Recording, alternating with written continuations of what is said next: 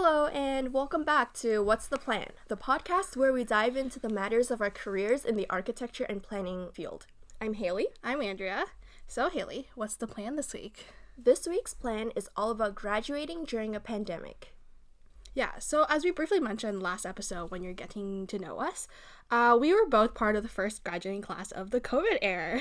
I had graduated from Ryerson University. And I graduated from the University of Waterloo. And yeah, so basically our last semester of university happened in kind of a weird manner.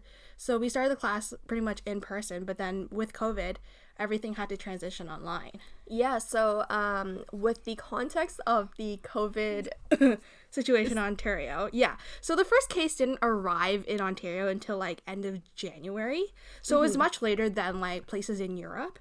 So we could sense that whatever was happening to them, it would happen to us pretty much like a month later. So the tension didn't really start building until mid-March, which is probably around like a month after major regions in like France and Italy started to lock down. That like most Ontarians, like it was no shock then that like a week later or whatever, we were told that universities were going to be locked down, and every class that we had that was like lecture based or in person would be transitioning to online. So with that being said, Andrea, would you like to talk about your final moments before everything shut down? Yeah, so I feel like my memories of the final moments before like the COVID lockdown was quite vivid. Okay. Because like there were a lot of things happening at school. So Ryerson announced on like a Friday, March 13th. Yeah, not a very lucky number by the sounds of it, that like campus would close and starting the following week, all classes would be online. So actually the day leading up before this Thursday, it was for some unknown reason, it was pretty eventful in the fact that like I first met up for lunch with my friends. And we went out for lunch thinking like oh, like this is just a nice like monthly hangout that we get, because a lot of us are no longer in the same cohort, so it's hard to see each other. Right. Yeah, so at the restaurant, everyone around us was just talking about COVID, and we're like, we just want to have a nice time, and like, and maybe like we didn't really think that it'd be the last time we really see each other. Yeah, for sure. Yeah, and then following that lunch, a lot of us had studio, and that day of studio was much different than usual, whereas like I wasn't in actually my studio desk working on like a laptop. Okay. I was actually with a classmate of mine, and we were in our workshop trying to build a physical model for our project, because our prof was like demanding us for one. So like we spent 4 hours in the shop trying to laser cut a model, and that was working the shop was kind of like the first glimpse of like COVID precautions. Okay. Because like typically they don't really limit how many people are in the laser cutting room, because yeah, like you can work there with a partner and it's fine. Like one person can wash the machine and another person be on a computer. Right. But because of COVID, they were trying to limit the amount of people there. So my partner and I, like either one of us could only be in that room. So what happened is like either I had to be upstairs in our studio room, and she would text me when like, oh, this is done, you should come down and get it so we can load up another piece, or like we would swap. And yeah, like they had signs saying like only one person per group for each project, because a lot of times in third and fourth year you're not working alone. So like you usually have both your partners doing something at the same time. So like that was kind of like, oh, okay, reality's hitting, like COVID is really gonna impact our school life. And then following that like 4-hour like workshop session that I spent, that Thursday evening there also happened to be a gallery exhibit opening. Okay. Yeah, so this gallery exhibit was different than previous where it's like you're talking about a theme or something that a prof has worked on. In this case, it was actually to introduce 2 new professors. Okay. Yeah, so because like you're introducing 2 new professors, a lot of other profs that never met them or don't really know much about them would want to show up to kind of like learn more. Oh yeah. So that evening, like that building was pretty much filled with a lot of profs and a lot of students, because like gallery events mean free wine and cheese. So, like, perfect for students. Yeah, and like who's to say no? Like that's your dinner, free dinner right there. So at the same time, like COVID was on the top of the minds of a lot of people.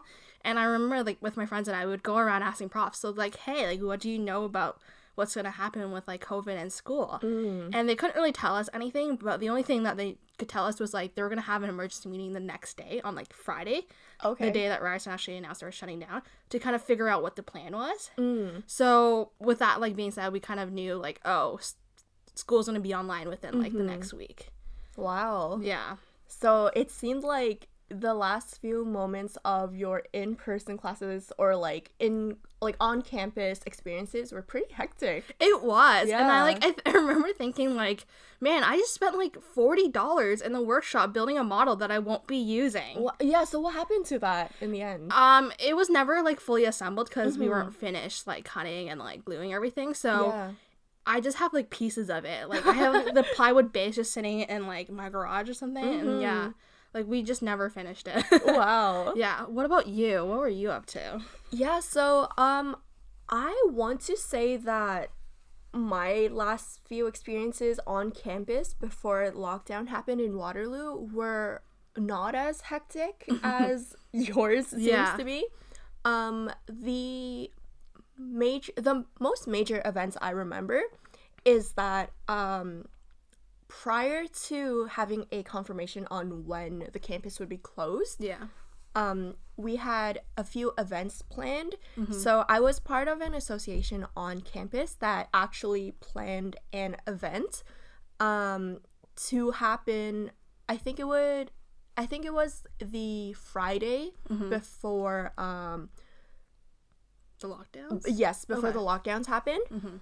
And I think it was the Wednesday before the event, so 2 days before the event, we had the notice that, hey, after this week, everything will be canceled. Like, buildings would be open, but events and classes would be canceled. And so my co-organizers and I, when we were figuring out what to do with this event, we were wondering, should we still hold this event on the Friday? Because technically at that point, when we found out that a cancellation were to occur afterwards, we were still allowed to have the event. However, I was a little bit cautious because should you host it? Exactly, because our event, we had anticipated at least 100 people attending in a fairly small room, which prior to COVID being a thing, would show that it was a successful event. It was very, like, no one really cared about how little space there was. It was more, the tighter it was, the better the event was. It looks packed. Exactly. So that was what we were hoping and anticipating for. But then as honestly, as the hours went by, because we had to check on an hourly basis to see whether or not we can cancel this event or not. Because along with holding this event, we had caterers, we had caterers for food, for drinks, and so if the event were to be canceled, we would have to cancel those orders. And obviously we can't cancel giant food orders like the minute before the event because the food would be made already. So that was really stressful. And so all of Wednesday, my team and I were deciding whether or not we should cancel, but it seemed like we should continue on with it. But as we approached Thursday, we came to the conclusion that it's better that we cancel this event and not only not lose any money from, like, having to lose all our deposits and everything and wasting all of the food and drinks that we would have ordered to be precautious. And so we had to make the decision to cancel the event on the Thursday. But luckily we chose to do this because the Friday morning that we had planned to have the event, we got an email from the school saying all events must be canceled. And so we were so glad that we had that like early decision. Yeah, exactly. We made that call early on. So although it wasn't really our decision, it kind of still seemed like it was our decision to cancel it. And the fact that we were able to let everyone know, like all of the attendees know early on, it just made us feel more comfortable with the situation. But in addition to that event that I was actually in charge of, there were multiple events that I was hoping to attend as a graduating student. So this included like a grad ball at the end of the term, and I think the week after would have been like a grad tea type of ceremony, where it would be a more casual like events and awards ceremony. But that got canceled as well because there were so many uncertainties. Yeah. And I think as an undergrad student, the past like 5 years, these were two of the events that I was most looking forward to.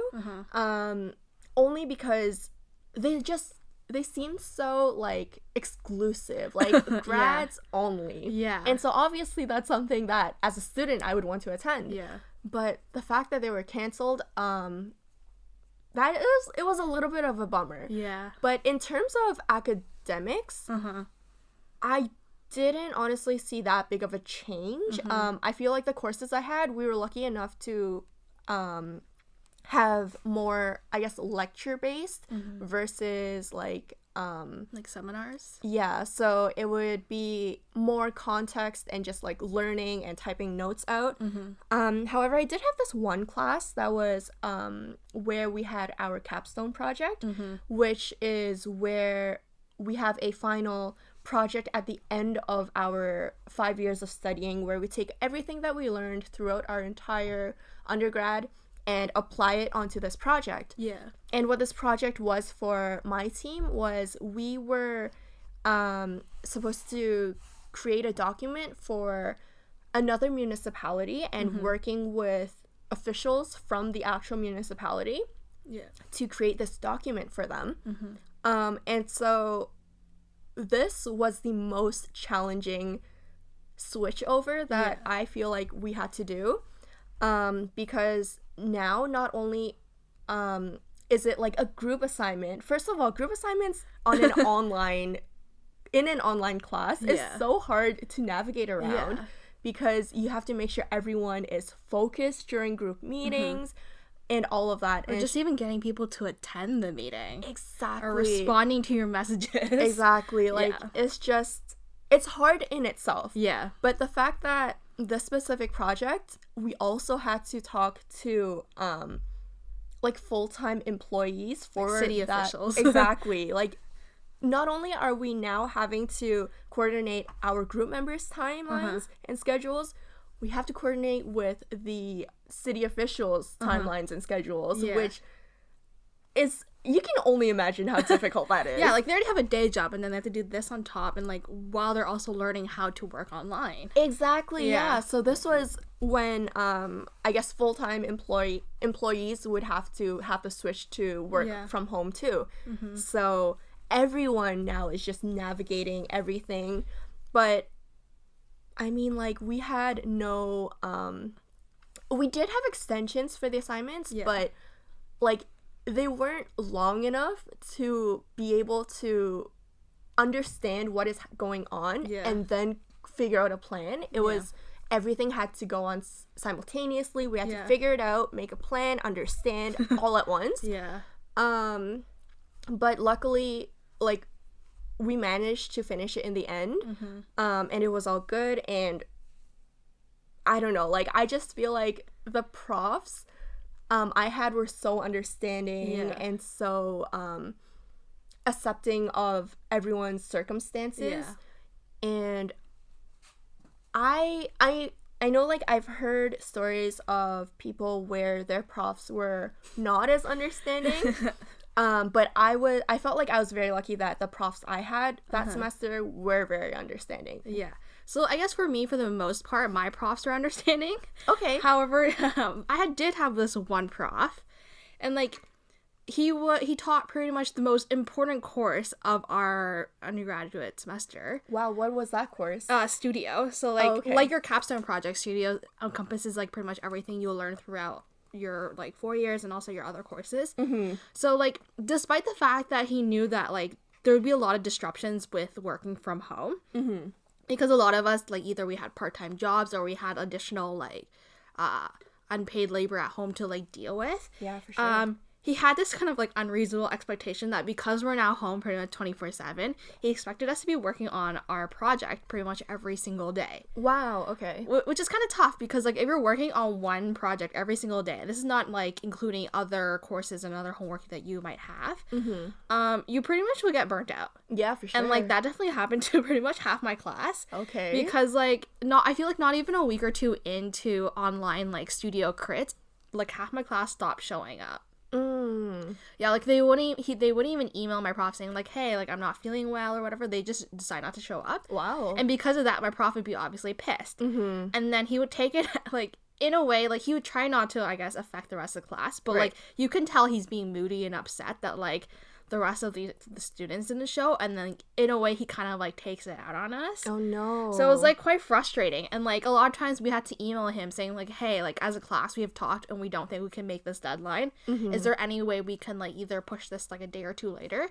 And like rather than being like, yeah, sure, let's push this day 2 later, he's like, no, I'm just gonna cancel this. And then he like rather than having a discussion with us, he was cancel our deadline and then just add whatever he canceled of that like deadline to our like future deadline. So rather than our final like part of our project worth like 20%, it would be then worth 40%. Oh no. Which is even more stressful. Yeah. Because like it's nice to have like, I don't know, a small percentage for each deadline, so there's like ways to kind of like improve or whatever. But when you have so much riding on one, it's a lot of stress. Yeah, definitely. Yeah, so like a lesson for people that like don't feel well, please let your prof know, because yeah, if you don't tell them anything, they won't help you at all. Oh jeez. Yeah. But other than that, I feel like most of my other profs are pretty understanding. Like even just the week when we're trying to transition to online classes, a lot of our profs didn't host their lectures on the actual day they're supposed to. So like on Mondays I normally have 3 classes, but a lot of them were learning how to use either Zoom or Google Hangouts. They're like, okay, would it be okay if we moved our class another day just so I can get the hang of things? Which is pretty much okay for the rest of us because like we have really nothing much else to do. Yeah, so I think that was the major thing. Okay. So how do you think your semester ended? Like, do you think it ended on a good note? Considering the circumstances. Yeah. I feel like for the most part it was a good note. Okay. I was kind of glad that we're switching to online school. Okay. Because I had this one course, Advanced Digital Design, where I feel like I got hit with like a minor case of senioritis. Oh. I feel like there were several factors that kind of like led into why I only had senioritis for this one class. The first was like a new faculty member was gonna be was teaching our class that semester. Right. And like not only was he new to this course, he also decided to change the curriculum from like the previous instructor. So he was also learning what he was trying to teach us. And with that being said, like our final project was split into 2 parts. And like part A was pretty simple. However, part B, he didn't really know what he wanted us to do until like the week before he assigned it to us. Okay. So it was like, we're like, we don't think we can do this. So what he wanted us to do was to like physically model like an envelope system using like 3 different fabrication methods. Okay. Using 3 different material types. So like wood, he wanted metal, which we don't really have welding materials at Ryerson. So it's like, how are we going to do that? Yeah, and like, so the expectations of that final like 3B of our project was kind of quite unreasonable, that a lot of like the students in the class were kind of like, we don't know what we're doing. We don't really want to do this. For sure. Yeah, so because like schools had to lock down, that means we don't get access to the workshop, which means we can't build a physical model. Like, bummer. Sure. Not really, because so with that being said, like he obviously had to modify our project, and rather than building something physically, he just asked us to like model it in a Rhino and like a 3D modeling software. Okay. And that was like pretty much it. So that was a very, very welcome project modification. Yeah, and I think that made like the final semester of school a lot less stressful. Okay. Yeah, and also like the whole just like online class, it was nice to not have to like go to school every day. Oh yeah. You can just like sit in your bed and you can learn.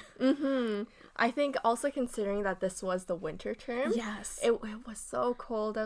Actually, I can't remember if it was too cold. But I mean, March in Canada is a cold time. Yeah. So having to trek all the way to campus and all the way back, especially if your class is only like 50 minutes or like an hour and a half, we didn't have to go through that anymore. Yeah, it was nice to just like wake up like 5 minutes before class started. Exactly. Yeah. And not have to worry about things.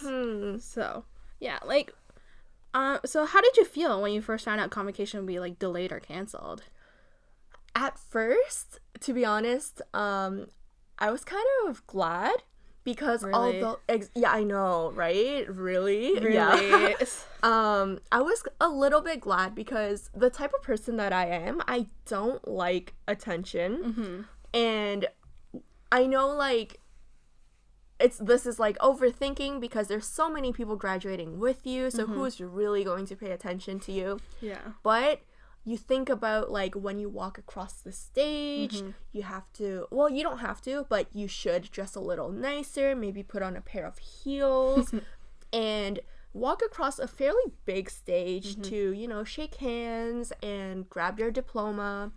And whenever I think about this moment, I think I'm going to be the person that trips up the stairs and falls flat on my face, maybe twist an ankle or two, and leave my palm sweat on the hands of whoever's hand I'm shaking. Yeah. And so when I found out that we wouldn't be having an in-person convocation, I was so thankful because I'm like, oh my goodness, I don't have to think about this anymore. This won't happen to me. Wow. But like, obviously, the more I thought about it, the more I thought, well, it kind of sucks that we can't graduate in person anymore. Because, I mean, like, I've always heard from people who have graduated that walking across that stage is one of the most empowering moments of your life. Yeah. And I guess the fact that I haven't been able to experience it and I feel like I won't be able to experience it anymore makes me want it so much more. Yeah. So I definitely agree with that thought. It's like it was really bittersweet to find out that like we wouldn't have convocation. Exactly. At first, like there was some hope because Ryerson said that like, oh, we're just gonna delay convocation, so like if you're having a June convocation, it would happen in the fall instead. Right. So we're like, okay, maybe things will get better, we'll still be able to walk in person. But like it was still the idea is like for me, like graduation is supposed to be like a huge like milestone in your life, not only for yourself but like for your friends and family.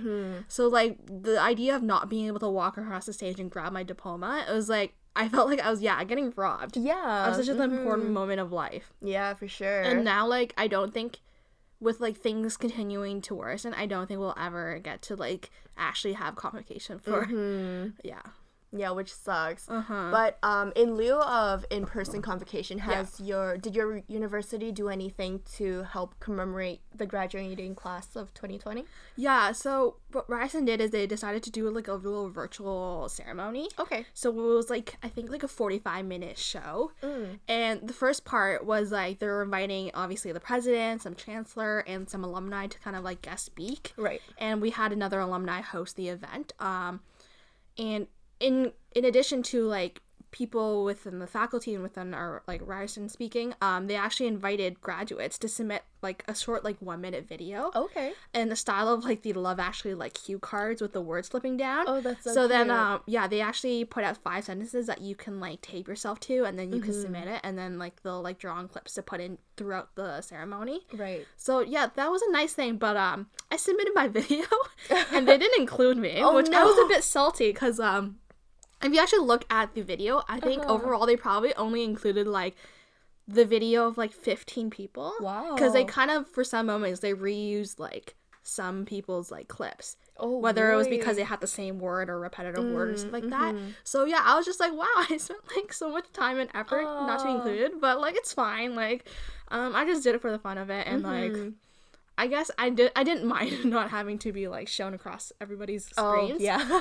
Yeah. And then like after that little like ceremony or like the speeches, they just had like a roll call of pretty much everyone by faculty. And it was like once you see your name, you can just hit pause on like, because they're streaming on YouTube, you can hit pause and just take a screenshot and like yeah, that's pretty much all they did.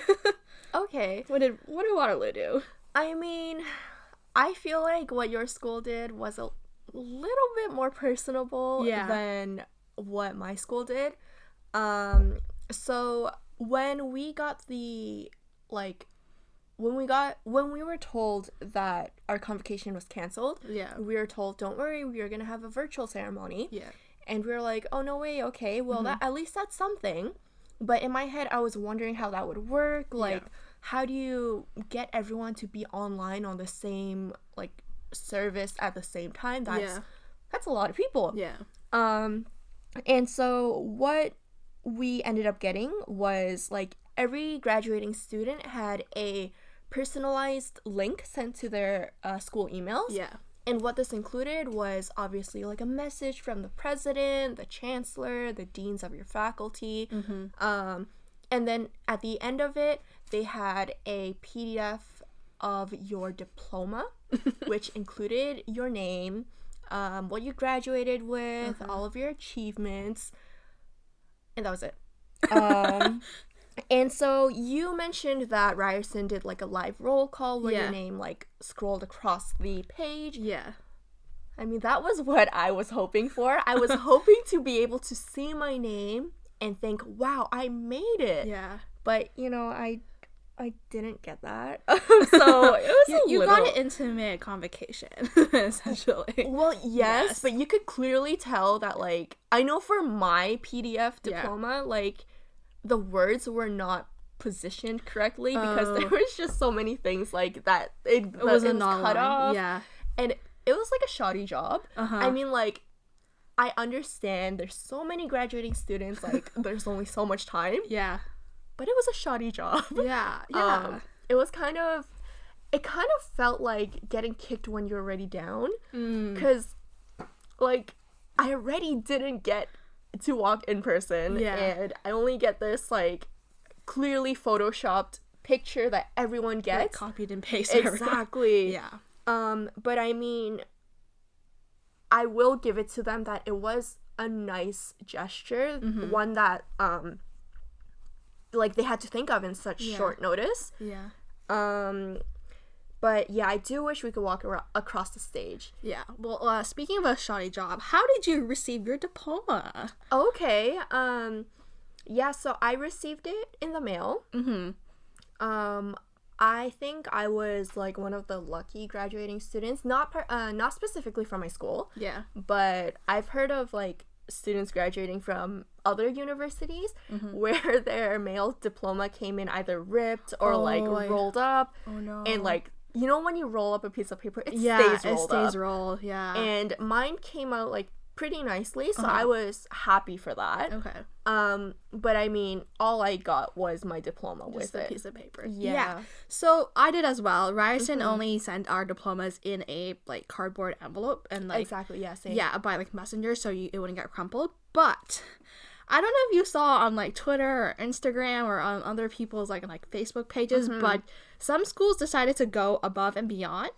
And when they were sending out the diplomas to their students, they put the diploma actually in a grad box, and what that grad box included was like confetti, a tassel for your cap saying 2020, along with so cute. Yeah, along with a bunch of other like university goodies such as like branded pens and notebooks and all that kind of stuff.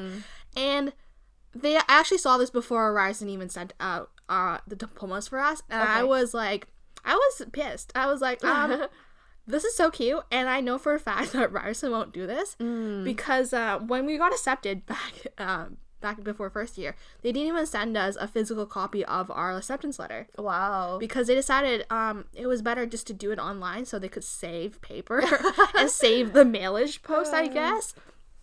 So like, yeah, my friend Liz and I, we saw it and we're like, oh my gosh, we want this. And we actually took some of the Instagram post that we saw, and we actually DM'd it to like the Ryerson Instagram pages, and obviously there was no response. Yeah. And like they wouldn't check it, and like by the time we saw it, it probably was like a month before they decided to send out our diploma, so it was pretty much too late. And yeah, lo and behold, it came in like an envelope. Wow. So it was quite sad, and especially since it was just like the UPS man or whoever just like passing it to you, and you're like, wow, I spent 5 years for this piece of paper, and this is how it's commemorated. Yeah, but I mean, hey, props to those schools who did send out those grad boxes. Like, that is so, like, that's, I don't know, I think it's, to be able to think about that on such short notice, like, it shows that you really care about your students. Yeah, and a lot of them, these schools actually had these grad boxes sent out for their virtual ceremony. So a lot of these students received it before the day of the virtual ceremony, so they could actually wear the cap and like be a part of the celebration rather than like Ryerson were just watching in a regular clothes. Yeah, that's so nice. Yeah, but luckily back in like September, October, Ryerson like smartened up and decided that they're going to send us grad boxes. Okay. Yeah, so they would also include like the same cap with a tassel and some like probably some pens or something. Yeah, so they were supposed to ship it out in November, but they decided, oh, sorry, we're going to have to delay it to December. It's now like mid-December and it has not shipped, so who knows when it'll get here. Wow, okay. But yeah, it was, I guess it's a nice gesture. Well, keep us updated. We'll do. Yeah. Maybe you can show off what you have, what you got. Did you get a hat? Did you get pens? Maybe some markers. Ooh, yeah. You know how when I said I got my diploma, I actually just remembered, I think I got like a class composite along with it. Oh. So, with our grad photos. So, did you get anything like that as well? No, so I actually forgot about class composites until like pretty much last week. Okay. When my friend messaged me saying like, hey, did you get an email about like how you can get your class composites? And I was like, no, I didn't get anything.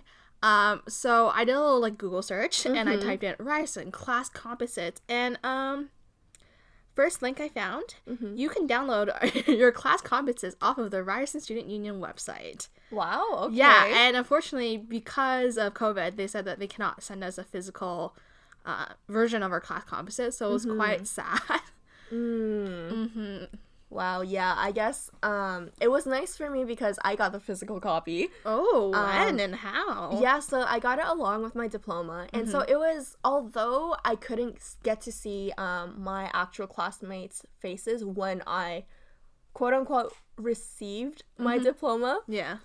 It was nice to be able to see their faces and like think, hey, like we would have had a good time in the in-person ceremony while I received my diploma. Yeah. So that was kind of nice.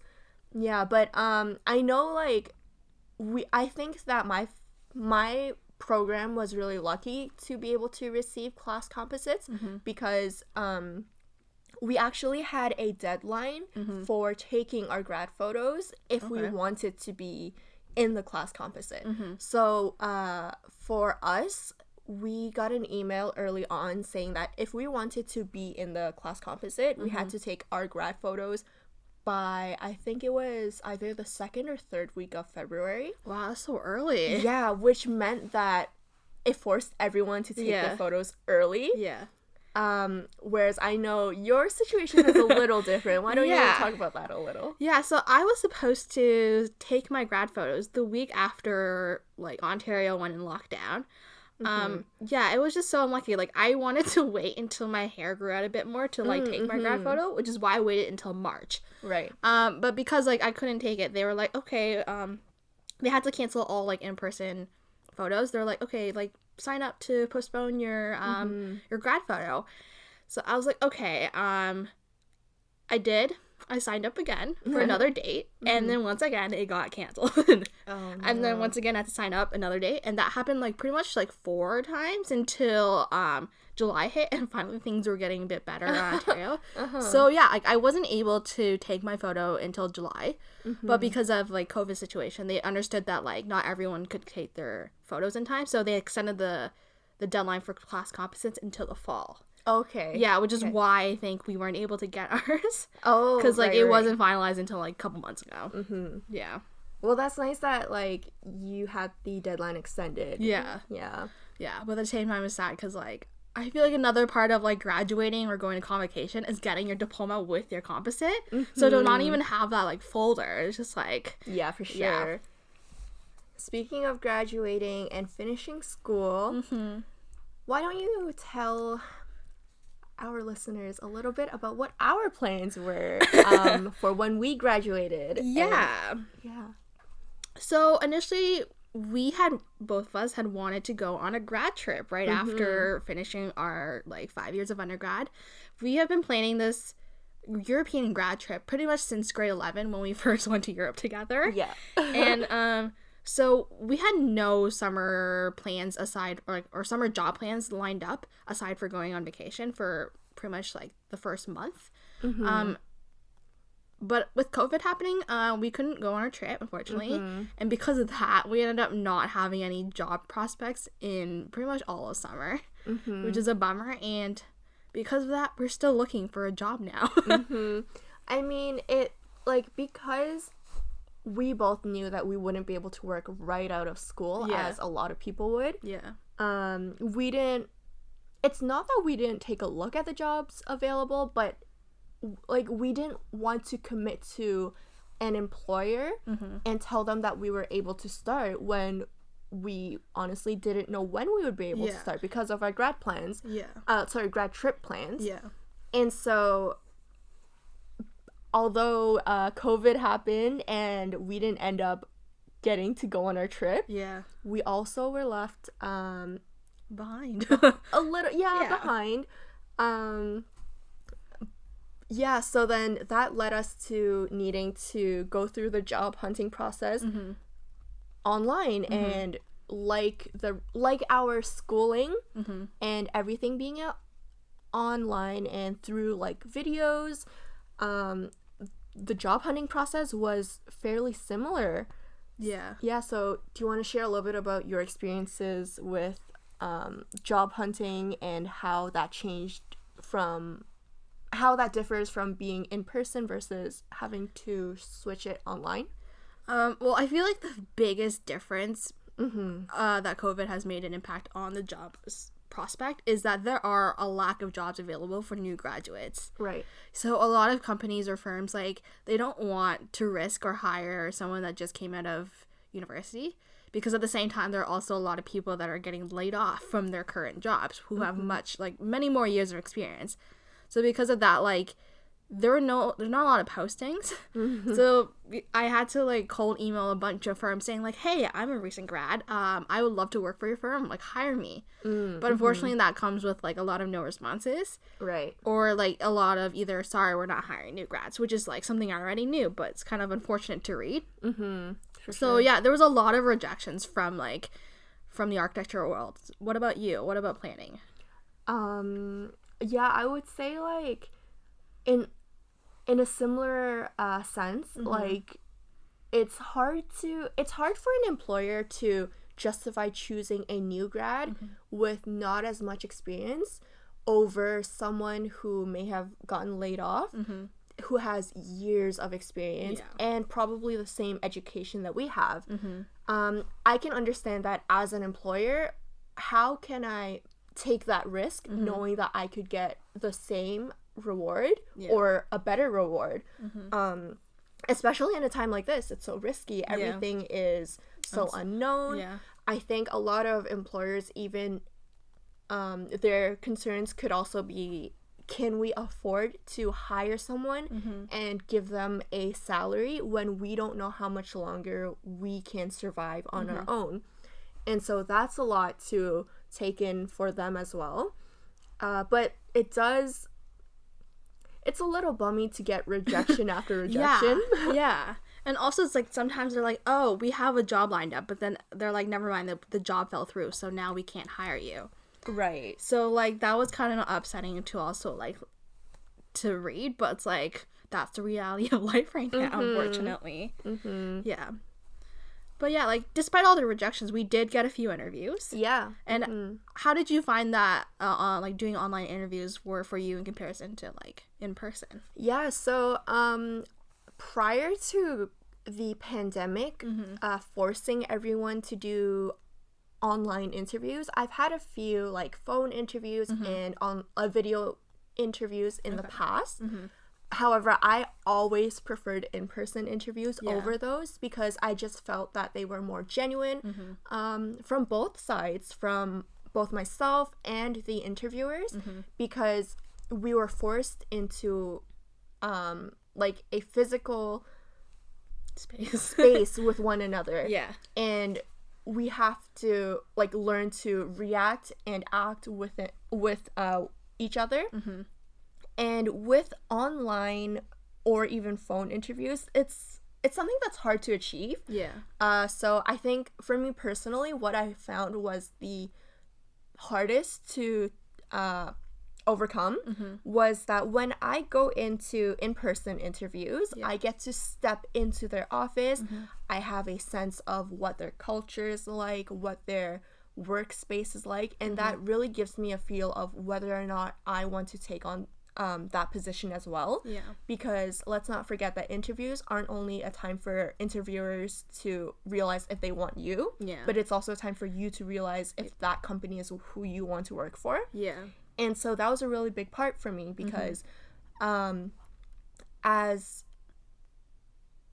was a really big part for me because I personally really like the interactions within a workspace. I think that's what makes a job a company successful. Exactly. And so without being able to physically feel that, it was hard to make the decision of whether or not it would be a right fit for me, whether or not I would be a right fit for them. And I think it's just, there's so much like personality loss, and you can't show body language as well. What about you? What do you think?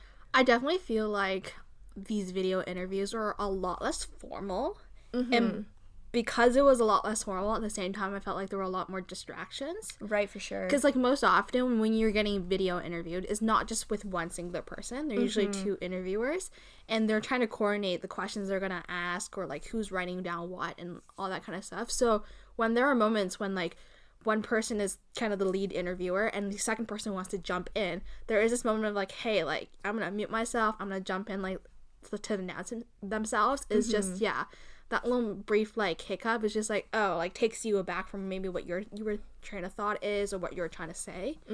So I think it was distracting in that sense, but at the same time it felt much more relaxed because they were also relaxed, and they're in their own homes, and they might not actually be all dressed up as well.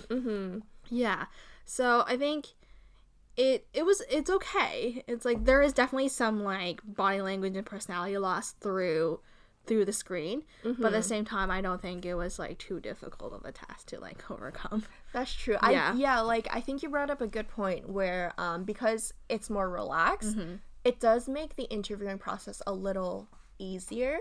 I don't feel as nervous. Obviously it is still a nerve-wracking experience, because impression is everything in an interview. But it is definitely a lot more comfortable. Being in my own space also makes it a lot less stressful because that's one factor that I don't have to worry about because I'm already comfortable being at home. For sure.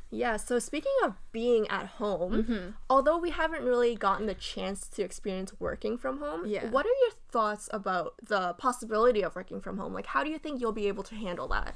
I definitely think it'd be nice to not have to commute. Yes, for especially sure. now that we're both back at, like, living with our parents. We're in the suburbs, so having to commute downtown is quite hectic. So that would be a very nice thing. But I do have some fears and concerns. Like, the first off is, like, just the social aspects. Like, how are you able to get to know your coworkers when you're mostly probably conversing through, like, emails? And, like, when you do video calls, it's probably with, like, your client or a consultant. So it's, like, how are studios, like, trying to boost morale in that sense? So that's one concern of mine. And then another one is just, like, the overall work-life balance. Like, I've heard some horror stories from friends that are in our industry and not in our industry that have to work unreasonable hours or have to check their emails even when they're technically offline because there is this expectation that you're home and, like, if something does come up, you should be able to do it. Wow, okay. What about you? I am excited for the opportunity to work from home because I feel, as you said, commuting, I think, is the biggest upside to it. Sorry, not commuting is the biggest upside because not only will that save money on gas or transit, it'll also save a lot of time where like we can either sleep in a little longer or, you know, take the time to actually have a full hearty breakfast and maybe even just have a little bit of, like, me time before having to get started on your work. But yeah, along with your concerns, I feel like concerns I have as well is, again, when we talked about the interviewing process, is the distractions that could potentially come from yes. home. I feel like I'm a person who really likes to separate my home life from my work life. Yeah. And I use the physical environments as a really strong way to do that. But now, in this circumstance, if I don't have that physical boundary anymore, I'm not too sure how I can create that that same separation. I mean, I'm sure with time I'll learn how to do that, but it's definitely something that I'll need time to adjust to. Yeah, or like dedicating like this corner is my office. Exactly. Yeah. Yeah. All exciting things. Lots of hopes potentially. Yeah. With that being said though, like we are really excited to have the opportunity to learn how to adapt with it and how to maybe strengthen our own skills with having to work from home. For sure. If the time comes. Yeah, so I guess that was the plan for now. Listen to our next episode to continue figuring it out with us. Yeah. Until then, thanks for following along to this episode. And don't forget to follow us on Instagram at What's the Plan for what our next plan is.